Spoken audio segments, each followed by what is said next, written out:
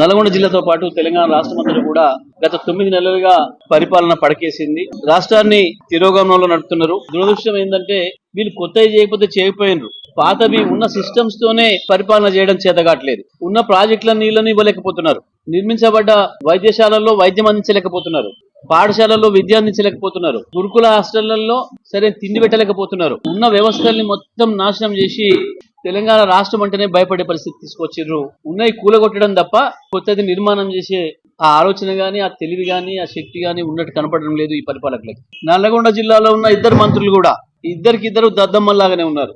ఎవరి డిపార్ట్మెంట్ తోని ఉరగబెట్టింది ఏం లేదు. ప్రత్యేకించి నీళ్ల విషయంలో, సాగర్ నీళ్ల విషయంలో కావచ్చు, కృష్ణా నీళ్ల విషయంలో, గోదావరి నీళ్ల విషయంలో ఇద్దరికి అవగాహన లేదు. నీళ్ళని సముద్రం పాలవుతున్నాయి మన కళ్ళ ముందే, కానీ పొలాలు మాత్రం ఎండిపోతున్నాయి.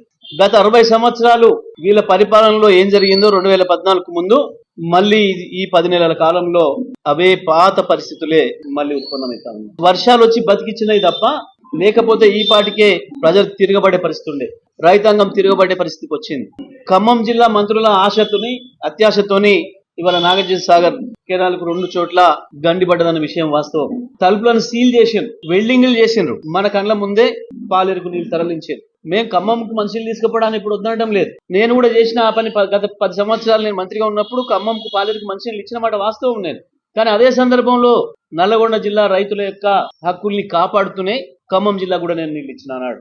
మధ్యలో కొద్ది రోజులు మా దగ్గరకు వచ్చి మళ్ళీ కాంగ్రెస్ లో పోయిన ఒక పెద్ద మనిషి కూడా మాట్లాడిండు. అయ్యాల ఖమ్మం నీళ్లు తీసుకుపోతుంటే జిల్లా మంత్రి ఏం చేస్తున్నాడు అని. నేనే పంపించినా అని చెప్పిన బాధ్యత. నేను మంత్రిని, మొత్తం రాష్ట్రానికి మంత్రిని. అయినా ఎవరి హక్కుల్ని ఎట్లా కాపాడాలో నాకు తెలుసు. వాళ్ళ మంచినీళ్ళ అవసరాలు తీస్తూనే నా జిల్లా రైతుల యొక్క హక్కుల్ని ఎట్లా కాపాడాలో ఆ పని చేసిన నేను ఆడు. కానీ వీళ్ళకి సోయి లేదు. వాళ్ళకి అత్యాశ ఉంది, వీళ్ళకి సోయి లేదు. దాంతో ఎప్పుడో 65 సంవత్సరాల క్రితం నిర్మాణం చేసుకున్న కాలం తెంపింది. తెగుతాయి కొన్ని సందర్భాల్లో, మనుషుల తప్పు లేకుండా కూడా తెగుతున్నాయి. దాన్ని మనమే తప్పట్టడం లేదు. మనకు కూడా గతంలో ఇక్కడ తెగింది ఒకసారి నిడమనూరు దగ్గర. కరెక్ట్ 7 అంటే 7 రోజుల్లో పూర్తి చేయించినాం మేము. నిలబడి రాత్రి పగలు మా ఎమ్మెల్యేలు మేమందరం కూడా 7 రోజు సాయంత్రానికి పూర్తి చేసినాం. ఒక్క ఎకరం కాదు, ఒక మడి కాదు, ఒక పూస కూడా ఎండిపోనియలేదు. ఆ పద్ధతిలో మళ్ళీ నీళ్ళు ఇచ్చినాం. కానీ వాళ్ళు 20 రోజులైనా ఇంతవరకు దిక్కులేదు. కరువున్న నాడు అదే ఏడుపు, నీళ్ళు వచ్చినాడు అదే ఏడుపైంది నల్గొండ జిల్లా రైతాంగం పరిస్థితి. ఈ జిల్లా మంత్రుల సోయి లేనితనం వల్ల, పట్టింపు లేనితనం వల్ల, నిర్లక్ష్యం వల్ల కేవలం డబ్బుల సంపాదన తప్ప ఇంకొక సోయి లేదు. ఎవరిని భయపెట్టియాలి, ఎక్కడ డబ్బులు గుంజుకు రావాలి, దుర్మార్గంగా రౌడీజం ఎక్కడ చేయాలి, ఎవరిని బ్లాక్ మెయిల్ చేయాలనే పని తప్ప ఈ జిల్లా మంత్రులకు ఇంకొక పని కనబడటం లేదు. నిర్ణయాలు విలేకరులను కూడా పిలిచి భయపెట్టిస్తున్నాడు.